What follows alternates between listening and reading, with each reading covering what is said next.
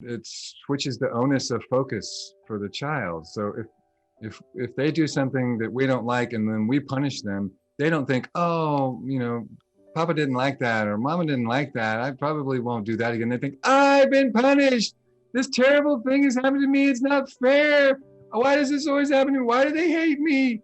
It goes in that direction. And so their focus is almost solely on themselves in a punishment moment. Because punishment sends people to their survival brain, and the survival brain is only self-focused. Yeah.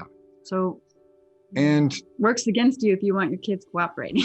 Yeah. And if you really want them to understand what's going on for you or for anyone else, like say they were having an altercation between two siblings or two friends or whatever, is to bring empathy into the room and offer it for everybody involved so that they not only see that modeled, but then their mirror neuron system picks up on it. And so they're starting to offer it back even before they're cognizant of doing so.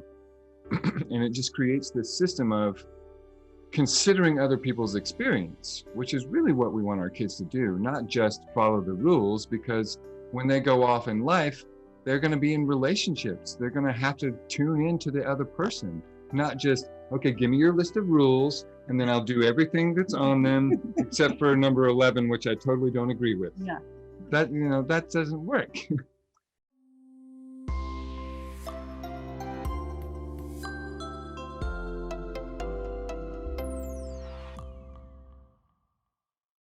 Welcome to Empowered Kids TV, where we introduce you to the people and ideas to help you take action and create the family of your dreams. Natalie, Christensen, and Nathan McTague are the founders of the Center for Emotional Education. For over 13 years, they have been using master-level emotional intelligence to help powerful people across the globe become emotionally sovereign and create the lives and relationships they've always wanted. I'm excited for today's conversation as they both bring a real down-to-earth and practical approach to living with empathy that can transform our intimate relationships and our families. Natalie and Nathan, welcome to Empowered Kids TV. Thank you. Thanks for having us. Yeah, it's great to be here with you. I want to start by exploring a term that you guys use, neurological empowerment, to really define for families what that means and how it fits within the context of family life. Great. All right. I guess I'll start. What we mean by neurological empowerment is working with the flow of neurochemistry, essentially. There are three basic parts of the brain that we generally refer to quite a lot: the survival brain, the emotional brain, and the executive brain. The executive brain is where we're our brightest, most brilliant, most capable, most able to control our impulses and master our motor skills and learn things and remember things. And so a big part of the work we do is supporting people to soothe the survival brain when that's reactive, to do emotional processing in the emotional brain when emotion is up, so that they can then get back to an executive brain state and be more brilliant. Right. Do you want to say how that ties into for parents? Yeah, I guess I just wanted to elaborate just a little bit because it's an ancient design, right? The survival brain, we share it with all vertebrates, and it's just basic survival. It's running all of those systems that are invisible, like inflating our lungs and beating our hearts. And then it also keeps us safe when we're under threat, right? So, and we like that because we want to stay alive. Can't do anything else if you're dead, right? So we appreciate that. It keeps us alive by using fight, flight, freeze, or appease reactions. If we get our survival needs met for safety, water, food, shelter, warmth, then we have access to our emotional brain. And that's in charge of emotions, as you might guess. So it actually generates emotions with neurochemicals and experiences emotion, and then checks the environment to see if it's safe to have that emotion. And when we say safe, what we mean is there curiosity? Is there time? Is there presence? Is there availability? Is there somebody to network that feeling with. And if it isn't safe, well, the survival brain handles things that aren't safe. And so our processing gets sent back to our survival brain. If we look out and it is safe, so you're a kid and you look up, you're having feelings and someone notices and they're like, oh, I see this is happening for you. I will be with you while this goes on. Do you want to come in my lap and explore it together, right? If you look out and you get that, then you have access to your executive brain. Like Nathan was saying, logic, cooperation, make plans, follow through on them, all the stuff we love in a family. But here's the rub. If there's a threat, the executive brain shuts down, the emotional brain shuts down, and then we get sent to the survival brain to duke it out, right? For all of us, actually, but especially for kids, the threat doesn't have to be a grizzly bear, doesn't have to be a snake, doesn't have to be a shark, something where it's like, oh, your life is in danger. For a kid, it could just be, oh, no, we're not going to meet with our friends today. That's not happening. Or we do have to put on shoes. Yes, and their system goes, no, right? So there goes the executive brain that cares about logic and why you'd have to wear shoes. And there goes the emotional brain where it's like looking to connect and like wanting help. That's gone. And what you have as a kid that's in survival brain, who's going to fight you. I'm not putting on the shoes. Bolt from the room, flight, freeze, and just like not put on the shoes. And you're like, oh, put on the shoes. And appease, which is like, maybe they'll put on the shoes, but then they'll take them right off again, or something just to get through that moment of what their system considers to be survival. And so as parents, we can work with our kids to meet them in the part of the brain where they are and support their processing there so that they can get back to their executive brain in the moment. But then also over time, the more often we do this, the more frequently we support our children to move with the flow of their neurochemistry in moments where they need support, then they get to spend more of their time in their executive brain overall, which means they can learn better, they can remember what they learn better, they can perform what they remember learning better. So it just means that they have a lot more room to learn and grow at a level that it's almost uncommon today because of the low level of emotional support that we grow up with and that we're then able to give to our own children. Right. So like what you're saying is that in the moment, by speaking to whatever brain state our child is in, we're communicating to them, these are shoes that we're putting on. It's not a grizzly bear, right? We're communicating to their system. It's not an emergency. It's a situation for us to troubleshoot. And by showing up for them in these moments, over time, we wire their brain so that they're now out in the world and they understand, oh, it was just a missed email. It's not a grizzly bear. Or, oh, that person is just disgruntled and shoved me out of the way because of what they've got going on. It's not a grizzly bear. So they spend less of their life in a survival reaction, which, gosh, who doesn't want that? I love the direction that you took that question, because I feel like, you said if you lucked out, and that it made me smile, right? Because you're definitely lucky if you grow up in that type of family, because that's not the shape of most of our families today. And so taking it from the point of view that as parents, our kids learn what we model and very rarely what we say, if ever at all. What should it look like in our families if we were modeling great emotional intelligence?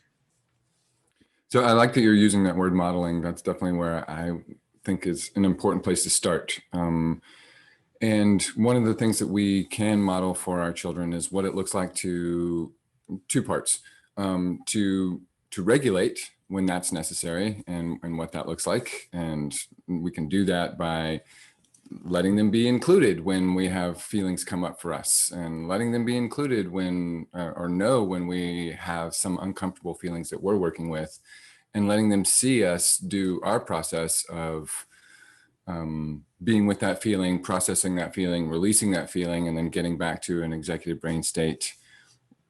Letting our children see us do that so many times that becomes part of just like, where they tie their shoe, or they see us pouring water into glasses, or, anything like that we want them to learn. The other part of that is making sure that they do get to see us in times, and that we're authentic about it in times where we do have uncomfortable emotion that's up, because that very much sends the message to them that emotion is okay. It's safe here to have emotion, and it's safe for you to have emotion. And so then for them to see us in those moments where we get activated and we're working with something in ourselves, and then see us do that process and return to a state of regulation, I think that's a really important arc for our children to get to see. And they frequently don't, because we either stuff it, or we wait till they're not in the room, or we blame it. Or we blame it on someone else, or we take it out on them. And so they frequently don't see an adult doing healthy emotional processing. So that's a big piece. But then the regulation piece, I think, is also important, because we can model what it looks like for them, how we inhabit our bodies, how we inhabit the space, how we hold the emotional space safe for them when they have something that's upsetting that they're working with. I think that's a really big so let me just paint the picture of what it looks like on a practical level. So that means that I'm entering this moment and I've already got stuff going on, right? Like, because we all do. We're all carrying emotion. A huge chunk of it is historical, predates this moment. And then some of it is this moment, like, I don't know, the cat brought in a dead mouse, and this kid is being really loud and keeps trying to tell you about Minecraft while you're dealing with this other thing. And you're really supposed to be on the phone call because you have a job that you're doing, right? So you've got stuff happening, right? Mm-hmm. And so what it looks like in that moment is for you to be like, oh, I'm so frustrated right now. I feel so overwhelmed. Oh, I don't like what's happening. I don't like the dead mouse. I feel stressed about the call. Can I just interject real quick? Yeah. So some of this can happen internally. You can be doing that same dialogue inside yourself, but you can also do it to the room. Which is very different from saying, hey, I don't have time for that right now. Why are you talking to me about this? Can't you see I have stuff going on? Right? That's me having emotion at somebody. Emotionally, someone who's becoming emotionally sovereign is responsible for their emotion. So they're noticing it. Oh, I feel so frustrated, naming it. I feel so frustrated. I feel so overwhelmed. And then allowing that time to pass, where I'm offering myself touch, which the emotional brain really responds to. I'm offering myself time because we have to wait for neurochemicals to shift, right? So, and then I'm updating the room, because our kids aren't really alarmed by this anymore. But when you do this for the first time in front of a kid, they're like, oh gosh, they're being loud about that. And like, I don't know these words. And you go, oh, okay, yeah. Just really disappointed. It is not how I wanted this moment to go. Okay. Okay. I'm not as frustrated. Have a little more space. What was it that you were trying to tell me about the Minecraft? Can you help me with the mouse while you tell me, kind of thing. So that's watching a parent go through it. It's not that they're not having feelings. It's not that they're zen all the time. That's not realistic. It's a parent having feelings, taking responsibility for them, offering themselves the tool. We use the mnemonic notice, name, touch. Notice it's happening, name it, offer yourself touch and time and connection. And then the neurochemistry does catch up. So often what's happening though, like that was just the parent having an upset, right? Most often the kid and the parent are having an upset at the same time. Sometimes a very similar upset. Yeah. Because their brains are so linked. Yeah. And so in those cases, Nathan and I advocate for this sort of like schizophrenic process. It's just a parallel process where on the inside, I'm going, oh, I do not like this. Like, I do not want to deal with this. The kid's upset. The mouse is here. I'm supposed to be on a call. I'm doing that on the inside. I'm noticing it. I'm naming it for myself. I'm staying in my body. This is another great form of touch. So that I can also be providing that same sort of safety for the kid. And, you may not know this, but the emotional brain often shows up with high drama, lack of facts, exaggerations. You know, they get a turn, they always have the turn, and I never get the turn, and this is the worst day ever, and you're terrible, Mom, because you never let me do this stuff, right? And so if I'm not regulated, if I'm not doing that process on the inside, this is what I do on the outside. Nuh-uh. Are you kidding me? You just had a turn. I'm the worst mom. Me, the one who's cleaning up the mouse from the cat and listening to Minecraft and regulating the turns for the things. Like, are you kidding me? I'm not mom. I'm the worst mom, right? Which is not the same as emotional safety. So I'm regulating myself on the inside. And then on the outside, I'm letting the story be. The story is just a vehicle for the feelings to come out, because so far in our culture, we haven't trained ourselves to just say, oh, I'm frustrated. Oh, I'm overwhelmed. Oh, I'm sad. We almost always need a story vehicle. This is the worst day ever. I never get a turn. They get all the turns. You're such a bad mom. And like everything goes wrong for me, right? That's a story. Like you were in my house last week. Yeah.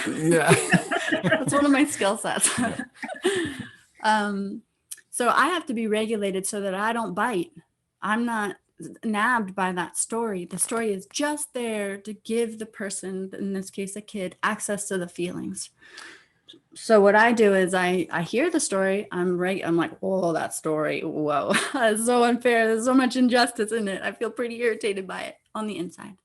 On the outside, I'm like, wow, yeah, okay. I'm not agreeing with the story, but I am totally in alignment with the feelings underneath. So I'm saying, oh gosh, yeah, okay.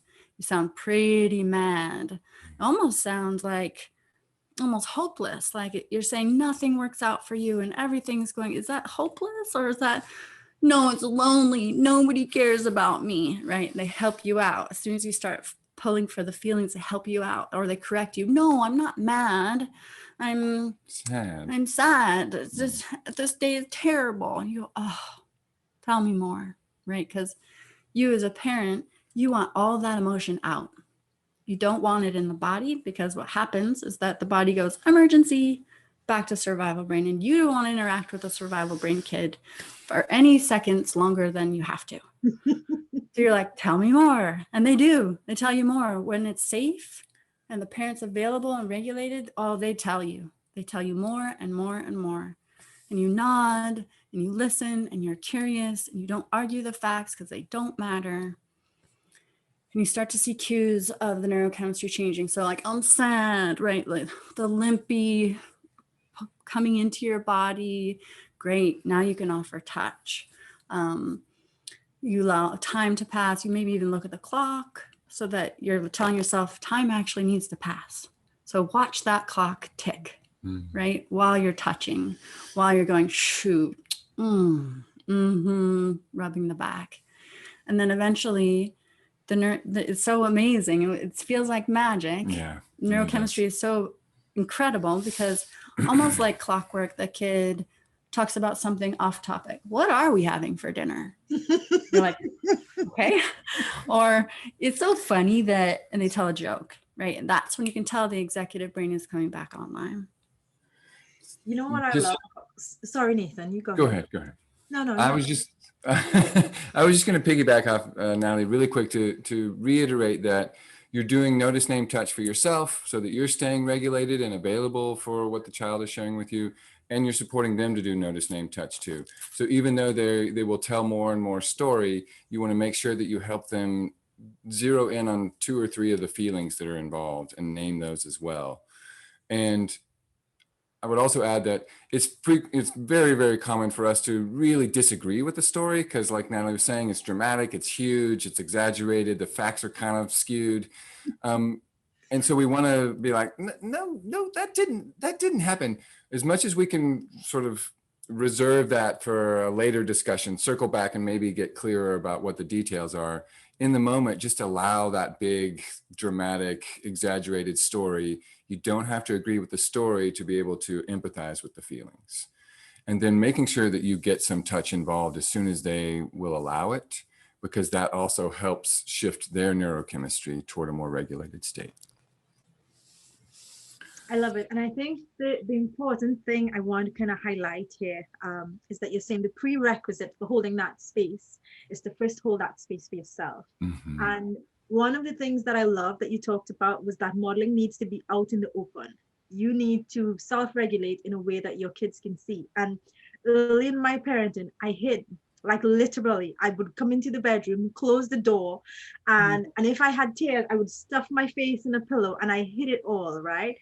Because I felt there was part of me that felt like my kids couldn't deal with my emotion because I couldn't deal with it. So how could I expect my kids to deal with it, right? And so I hid my anger and I hid my sadness until I realized one day that I was robbing them because I wanted them to learn how to process, but they had nothing to follow, absolutely nothing to follow. And so even to this day, like if I go, oh, my son goes, what's wrong? Because he's really not used to me having those emotions out in the open. And so I wanted to talk to parents that are probably in that stage still. How do you begin to close the gap, to feel comfortable, to express all of it out in the open when it still feels scary to you? Mm-hmm. I love this question, Nicole, because I do think that so many parents are in that exact spot where they haven't had this modeled for them before. They didn't get nearly enough emotional support when they were growing up. So somewhat like your son, even with themselves, they're like, I've got something coming up. I need to run and hide. I need to get control of it. I need to tamp it down. There's that survival brain response to emotion, right? Mm-hmm. Run away, fight it, freeze, like distract yourself, appease yourself so that it's just not there, classic. Yeah, so a beginning place, I think that's important for a lot of parents is to just start to do that process of noticing and naming what's happening for you. Because we built this notice, name, touch mnemonic device as a way to help parents remember. But I've found over and over in our 13 years of working with parents and other people in relationship that the notice part is the part that gets skipped most because we're not tuned into doing it. We're trying to stay focused. We're trying to get tasks done. We're trying to fix things. And we often have the concept that it's situations that make feelings happen. And really it's the feelings are there already and then they get involved in the situation. And so when something comes up, they're not tuning into working with it. They're like, oh, I don't feel good. Let me fix the whatever is happening over there that's causing this. So really focusing on that notice part and really allowing ourselves to tune into our emotional experience from like a curious place, from a place of what's going on in here? What can I find out by looking into what I'm feeling? I think that's such an important place to start. And making that a normal and natural part of your everyday where you're tuning into what your emotional experience is like and you're naming a couple of your own emotions. And we frequently recommend that our clients, when they're starting off with us, especially, put a reminder on their personal device to just check in like 2 or 3 times a day, maybe even 5 times a day, to just notice so that you can start to build that muscle of paying attention to your emotional experience. And when the reminder goes off on the personal device, look for, like usually the very first emotion that we find is one that we aren't hiding, one that we're not trying to shove away. And so we always say, try to find 3, because the first one is just one you would just toss away, like in casual conversation, like you're not being vulnerable with yourself when you name that one. But then you look for another 2 and you, we actually recommend writing it down or in your notes app on your phone or something, because it can be really eye-opening to then look back on your list and go, oh, wow, like here I am identifying as this like totally chill, like that's my identity. Like I'm a placid lake. I am so chill, right? Because that was my survival strategy that I really learned so hardcore as a kid. Be stoic, just be like, I'm not bothered by anything. So for me to write because it doesn't come naturally to look for emotion when you've been trained, when you've been wired to avoid emotion. So that's why we put these reminders on the personal device, because otherwise you're not going to go looking. You're not going to go looking. And then you do, and you go, oh my gosh, I listed anger 15 times this week. Like, oh man, I'm kind of feisty inside. I didn't realize that. And that's great. That's okay. There's no positive or negative emotions. They just are. And we want to process them, because otherwise we live from our survival brain, which is really uncomfortable. It's not fun. It's not a thriving life. It's not enjoyable. That's a brain state that's meant to keep you safe from a predator for 2 to 3 minutes. It's high calorie, it's high stress, it's cortisol pumping, pumping, pumping. And so to live any portion of your life regularly from that brain state is not cool. It's not fun. It's hard on your body. It's hard to do anything else because it only does those 4 things. It's not doing connection. It's not doing brainstorming. It's not being creative. It's just does those 4: fight, flight, freeze, or peace.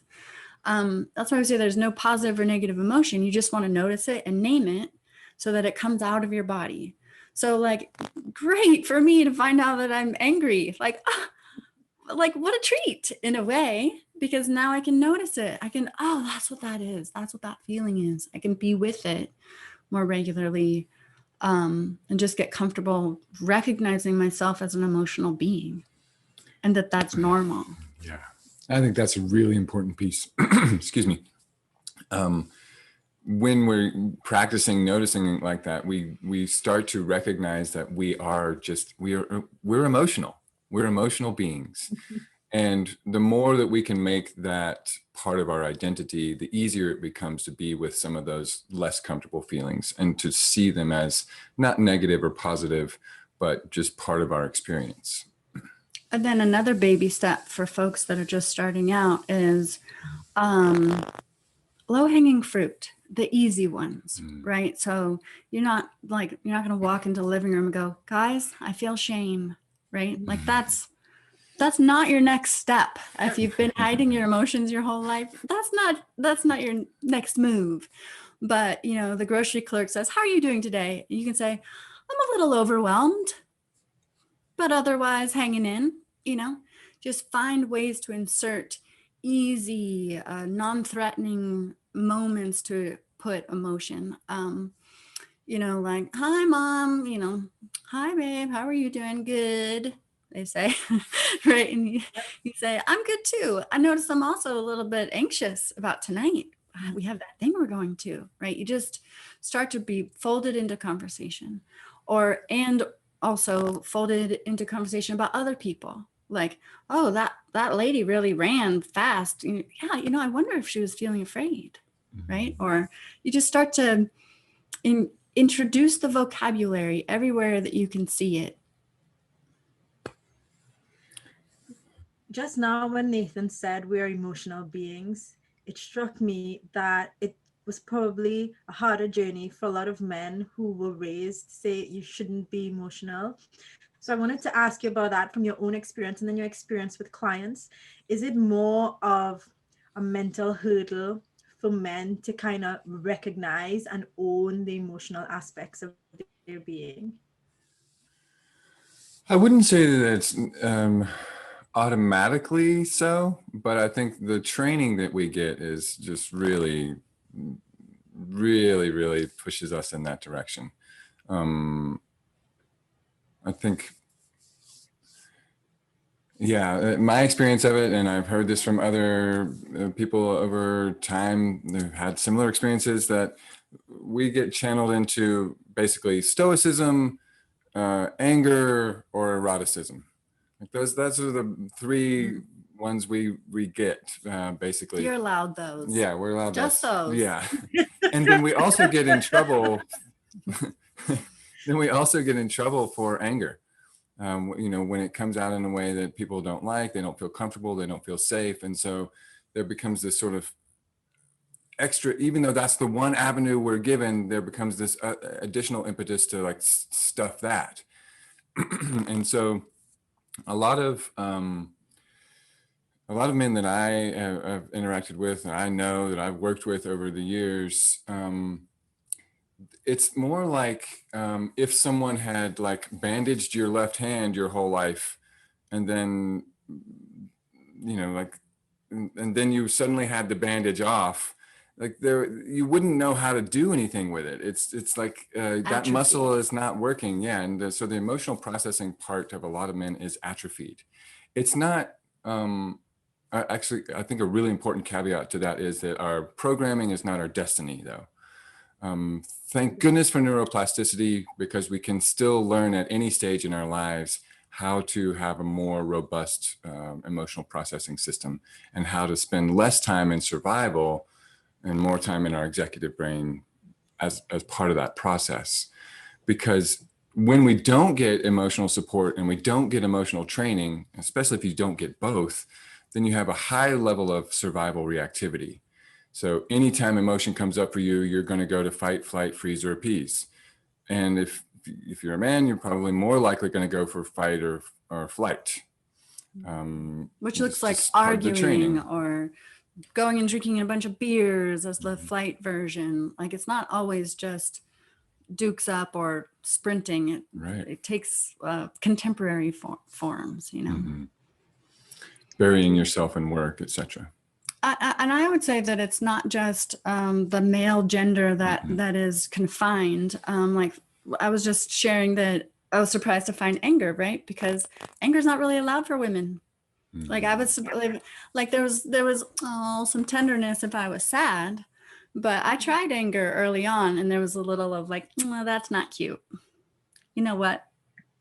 Let's tamp that down. Mm-hmm. And so we all are getting these subtle, nonstop cues from our environment that some emotions are okay and some are not, depending on who you are, you know, what gender you are, what your household is like. And so what we really promote is just that open face. Like, I'm here for this. Whatever this emotion is, I'm curious about it. I have zero judgment about it. I have room for it. I have capacity for it. And like, let's look at it together, which is the exact opposite of what most of us got. Mm-hmm. Yeah. Let's talk about how do we share how we feel in a way that retains ownership when it's linked to interaction in the family. So your kid says something, and your feelings were hurt. So how do you express that without saying, you made me feel? Yeah, so I love that question. I know. The most common habit that people form or already have when they start to talk about emotions is, that makes me feel a particular way. And if we had like an air horn every time somebody said it, we'd blow it, because it's just simply not true. What Nathan was saying earlier was that we have this concept around emotion that we're just walking along, then somebody does something and gives us an emotion. And it's just simply not true. And you can prove it to yourself, because on one day you're driving along and somebody is angry because they didn't like your driving maneuver, and you're like, oh, they're having a hard day, right? And you make your turn and you go about your biz. And other days you're like, oh my God, I wasn't doing anything wrong. And you have a big emotional reaction. Same situation, same person, same movements. So it's not true that driver over there gave me this feeling. I was holding it, and it's this weird thing because there's a real drive actually to release emotion. And so subconsciously we put ourselves in situations that activate the emotion that needs to come out. And then we go, oh, it's that situation, so I just won't go to that spot anymore. Like, I got it. I have a boundary here. I'm not going to go and do that thing that gives me that emotion, right? So then we go somewhere else and we have the emotion over here, and we're like, ah. And so we end up shutting down all these parts of our life to protect ourselves from the emotion. And then we're at home and we're still having the emotion, even though we've locked everything else out. So if we were to make any edits just right off the bat, it would be that word, makes me. Take a more active form. I feel, I have this emotion on board. Because if you check, you've had that emotion probably into toddlerhood. As far back as your memory goes, you can picture yourself, a vignette of yourself with that emotion. That's yours. It's your responsibility. So just saying, I feel this feeling is huge. because you're already indicating to the room, this is mine. I'm not pointing fingers at anybody else. Nobody needs to scramble around to try to take this away from me. It's mine. I'm asking for help networking it. I'm asking for it to be seen or to be witnessed, but you can't actually affect it. You can't take it. You can't give it to me and you can't take it away. I want to push you a little deeper, and I'll give you an example from my family because it's funny. Yesterday, I folded laundry for my sons. I was sitting in the living room. We were watching a video, and I thought, okay, I'd use this net time, and I no extra time to fold some laundry. And I folded the laundry, and then I went out of the room for something.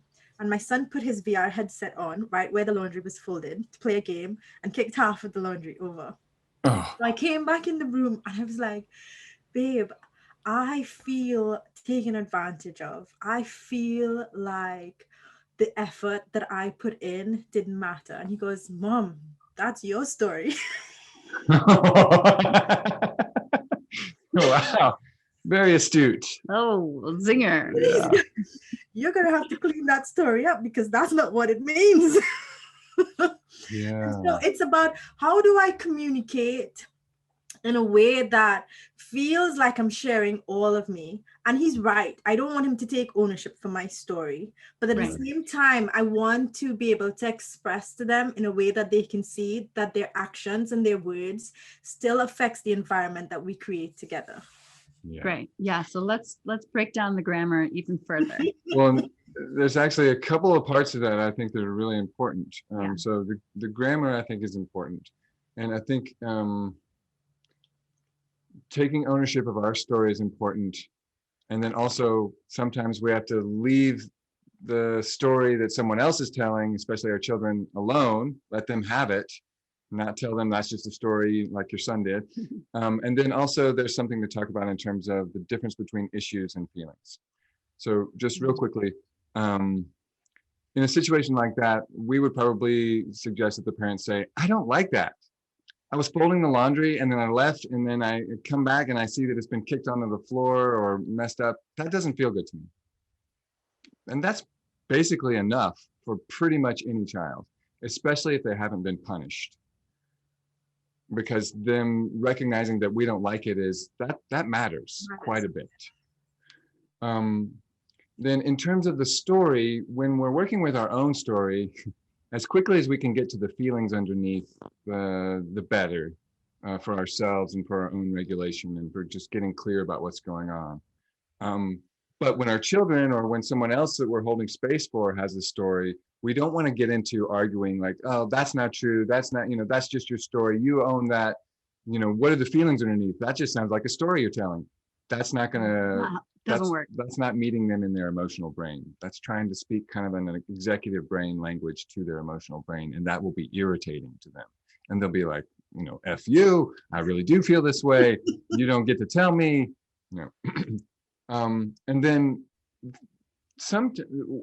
I think it's important in terms of an order of operations that we look to manage or be with and process some of the feelings and then check back with the issue to see, is that still something that needs some address? Because if we do it that way, then we're not bringing our emotional load into the conversation and kind of dumping that at the feet of whoever we're talking to about the issue. We've been with ourselves in that part. We've processed some of that. We've released the intensity of that emotion. And then we can come to the issue in a much more basic kind of way of like, when I'm folding the laundry and then I leave the room and I come back and a bunch of it is kicked off, I don't like that. That doesn't feel good to me. Is there something that we can do next time so that we can have a different outcome? Or more specifically, would you be willing to, when you put your VR headset on and I'm folding laundry nearby, to move a little bit away so that we can keep the laundry as it is? And that issue becomes really easy to work with when we're not also trying to manage the emotion that comes up with it at the same time. Absolutely. And I think so it absolutely does. And obviously that scenario is so telling for my family. So you know instantly one of my vulnerable things that I'm working on, feeling taken for granted, is one that I think I've carried from a long way, all the way back to my childhood, that I'm still working to kind of make space for and feel fully and release. And I think for my son, like I knew that it would matter to him. Like, because I know him, right? And he was quite happy to say, I'm sorry, Mom, refolded the clothes and then pack them away. And so I knew from an issue perspective that we would be able to work it out together. But it was in that moment, as the emotions came up, I wasn't sure that I had in that moment the right tools to communicate how I felt, but to also ask for changes in behavior at the same time. Yeah. So many parents face this every single day. So many people in partnerships face this just like over and over and over and over again. So let's help you out a little bit, because this is a historical thing that you're bringing to this moment. Yes. It's really helpful to separate out issues or descriptions from feelings. So a couple times we've heard you say, I from my childhood, I've had a feeling of being taken for granted, taken advantage of. So that's a description of an experience. If that were true, that you're taken advantage of, what does that feel like? It feels lonely, sometimes abandoned almost by the people that you think should care the most. Okay, so if you were abandoned, how does that feel? Lonely, sad, maybe a bit of desperation in there, even like that kind of longing and clinging. Yeah. So what happens when we approach somebody and we really want to be heard and understood on an emotional level, but by accident we use words like taken advantage of, or abandoned, or ignored, or disrespected. Those are descriptions of a happening. They're not emotions. And you can tell when you've accidentally used one of those because the other person goes, versus if you come towards somebody and say, I feel lonely, I feel desperate, I feel sad, I feel yearning, right? They're like, what? Really? Right? You get a versus a, I respect you. I'm not disrespecting you. Like, I'm not taking advantage of you. I was an accident, right? You get more of that. So when we really want to be with ourselves in the emotion, we're probably going to reach for words like that. It's so common. I just feel disrespected. I just feel ignored. I just feel, which actually aren't emotions. And so we don't get that neurochemical hit. It's story that gets us juiced, but without the release. And so a really key phrase is, if that's true, that I'm abandoned, if it's true that I'm being taken advantage of, if it's true that I'm ignored, if it's true that I'm disrespected, how do I feel? And it's a little more boring, right? This is like lonely, sad, mad, right? Those are just like, okay, not the juiciest of words. But when they land, like we saw it land in your body, you said, like, I feel it as you say it. I feel the difference, and I can see how quickly what I was describing before pushes somebody back into their defensive mode, like they're back in primitive space saying compared to the feeling. Because I think even saying the feeling, I drop deeper, I can feel that I've created a space for a deeper connection between us. So and you can tell that you've done your exploration well when you get that right. You want to cry, maybe. You definitely feel like that's what I got with the word desperate, the emotion desperate. Like, that was deeper than just sadness and loneliness. Desperate, really, like I felt my inner girl in that emotion. All right, this was not meant to be a coaching session for me. That's not my skill set. Beautiful. I want to talk about holding boundaries with empathy and compassion. So as a family, we created some boundaries together. We didn't go with the dictator style, so we've kind of worked in them together that matched our family values. How as parents do we hold them with sort of the flexibility that we need at times, but with compassion and empathy so that we can move forward.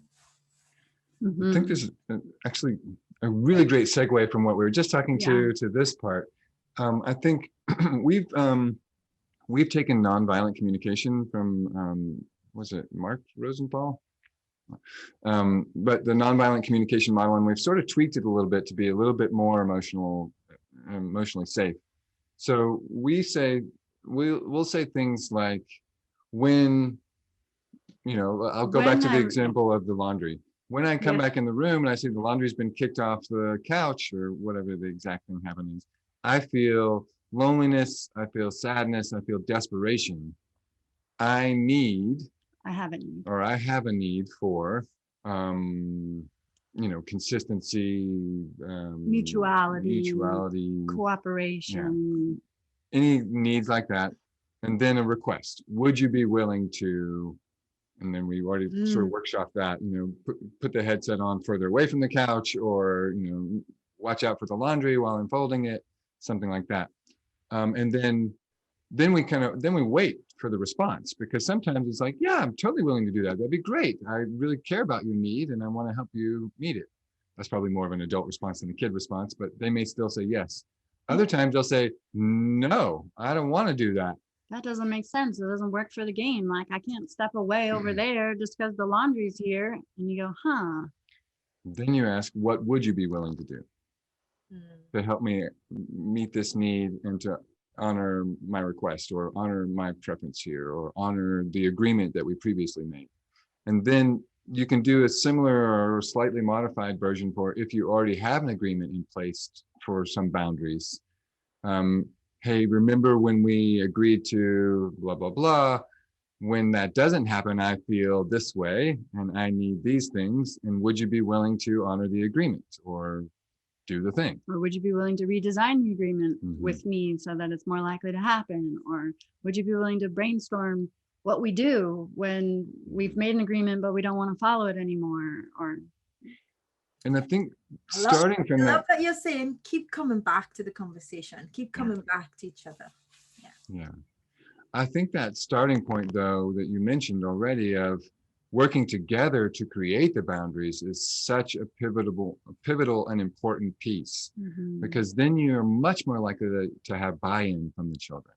They want to be involved, they got to plan it out. And so then it's easier to remind them that they agreed to it. They have more buy-in. There's more of a likelihood that they see how it meets some of their needs. It just is a much, much better place to start than, these are the rules and you got to follow the rules. And hey, kid, you're not following the rule. Which is actually like when people say boundaries work, I'm cringing already, because typically what people mean by that is, I'm going to say some things to you, and then you better do it or else you're in trouble. And it's like, who wants to work with that? Nobody. Like, I have a boundary. You have to listen to me for as long as I talk. And it's like, well, I don't agree to that. I'm going to walk out of the room right now. Right. And the other person goes, I have a boundary. I was so clear about it. It's like, well, you were erroneous in your boundary foundation. Boundaries are agreements. Boundaries are, what do I need? What are my feelings? What are my needs? And how do I want to team up?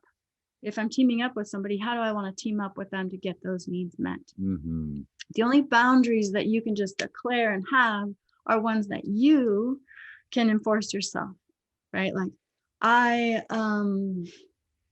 feel really lonely when the person I'm talking to can't hear me. So the boundary I have for myself is that I'm going to walk into the room where they are before I start talking.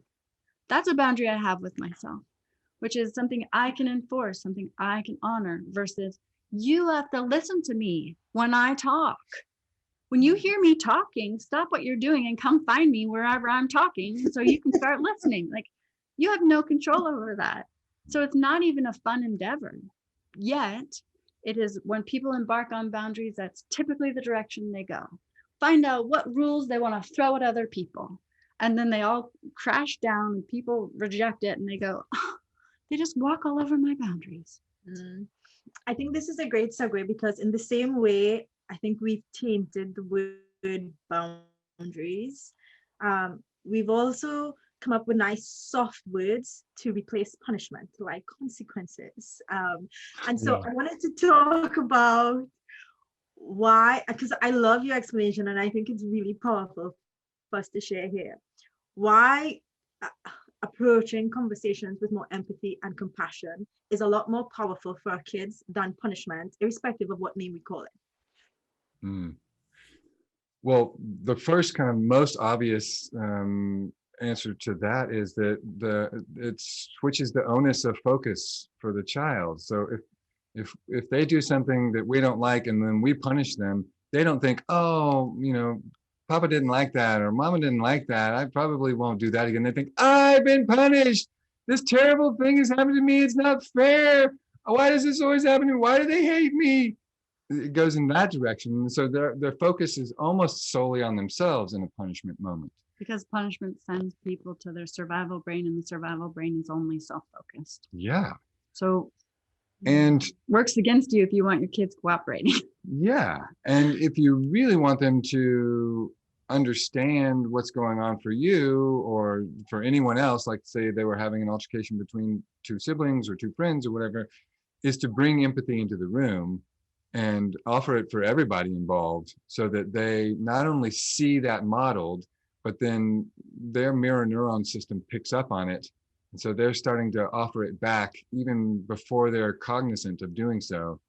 And it just creates this system of considering other people's experience, which is really what we want our kids to do, not just follow the rules, because when they go off in life, they're going to be in relationships. They're going to have to tune into the other person, not just, okay, give me your list of rules, and then I'll do everything that's on them, except for number 11, which I totally don't agree with. Yeah.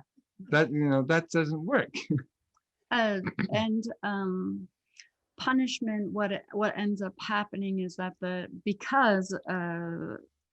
so like love withdrawal or physical punishment or taking something away that is important to them, again, puts them into this like a self-focused threat, right? That's a threat. That is literally what it is. It's a threat. And we know what neurochemistry does in response to threat. It goes into the survival brain. It's just fight, flight, freeze, or appease. And so what ends up happening is that kids don't go, oh, okay, Mama and Papa like it better if I do this way. Or even if they do, that's terrible because they then are moved. Okay, two things. One, if there's the threat, they just figure out how to avoid the threat. Right? So they get sneakier, they, get super good at you just not catching them at the thing that you will then threaten them about. Or they're like, okay, and they memorize what Mama and Papa like and what Mama and Papa don't like. And what you've now done to that child, and this happened to me, was you have set them up to remove their internal compass of values and alignment and looking to be in cooperation with people and partner with them and consider other people's situations. Instead, you have turned their focus to whoever is in power, I want to be pleasing to them. So like for me, that meant get good grades, be quiet, don't be angry, basically don't be my full self because that might not be likable. And so what you end up doing is setting up a kid to live a life of, what's the word I'm looking for? Vigilance, anxious vigilance, where they're like, is this move likable? Is this move likable? So that kid is not going to impromptu dance or explore an activity that they may not be good at or reveal their true self on stage. Nope, that kid is going to be, just wanting to stay within the good graces of the people or hide and be themselves, but be hidden. That's what I did. I was just good. Nathan was hidden. Yeah. So we ditch it all together. We ditch it completely. And instead, we just do this brain state thing instead. They're in their survival brain, meet the survival needs, wait.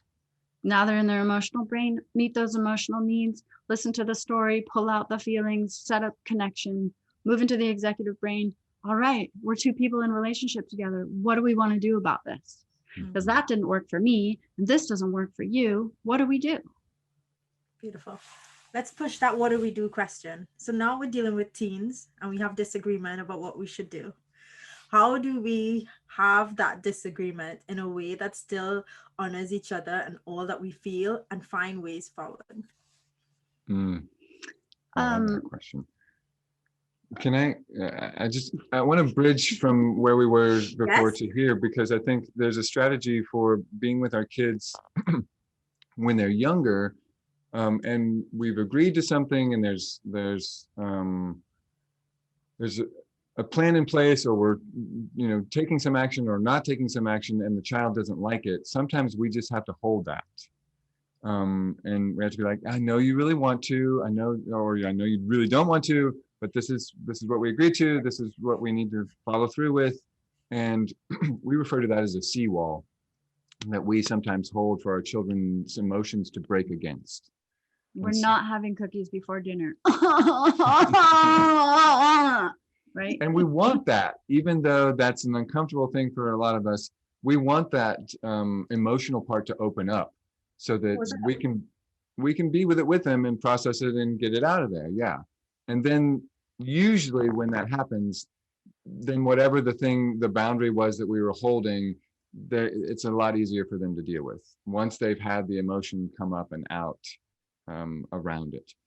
The similar thing can happen with teens, although as our children age, we're basically consistently handing them more power so that they will be able to stand on their own when they leave our homes instead of needing a parent to tell them what to do all the time. So it becomes more and more and more and more important to come back to agreement. I get that you don't want to do this. I still want this to happen. What can we agree to?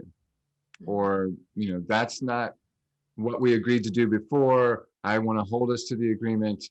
How can we renegotiate? And when it seems like it's at a standstill, or like there's not a match, it can be really helpful to pull the needs out from the situation. So the kid says, I want to go out driving on a country road with 8 kids and stay out until the morning. And you're like, I don't like that. And they're like, I do. And you're like, I don't. And so it's like, so to pull out the needs, like, okay, so you have a real need to belong, right? And you have a real need for a high social activity right now. And you have a need for the freedom. Like, that's what I hear in the, it's dark and country road and middle of the night. Like, that sounds like freedom. They're like, yeah. Right. And you're like, okay, I have a need for safety, and I have a need for predictability. And I have a need for, maybe trust. Yeah, trust, or just for you to not die, just real basic survival, Safety, safety again. So what do we do?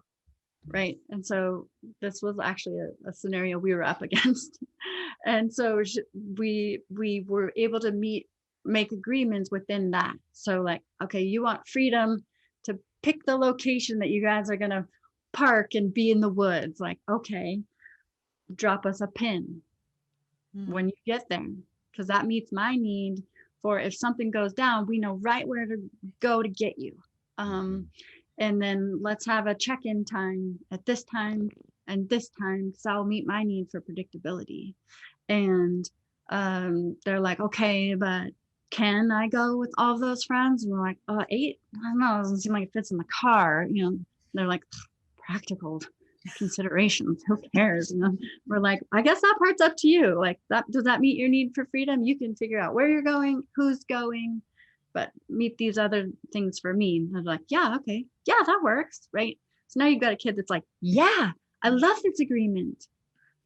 And you probably noticed there that part of what we're training them to do over the course of years, but in this interaction that Natalie is describing, is how to do this once they're out on their own. Because this is what relationship is like. So frequently parents wind up training their children to just obey or not, and not actually relate. And then they go out on their own and they don't know how to relate. And the parents are like, what's going on? Why do you just follow whatever your friends do? Yeah, like your friends say jump, you jump. What's that about? Yeah. Like, what do you think?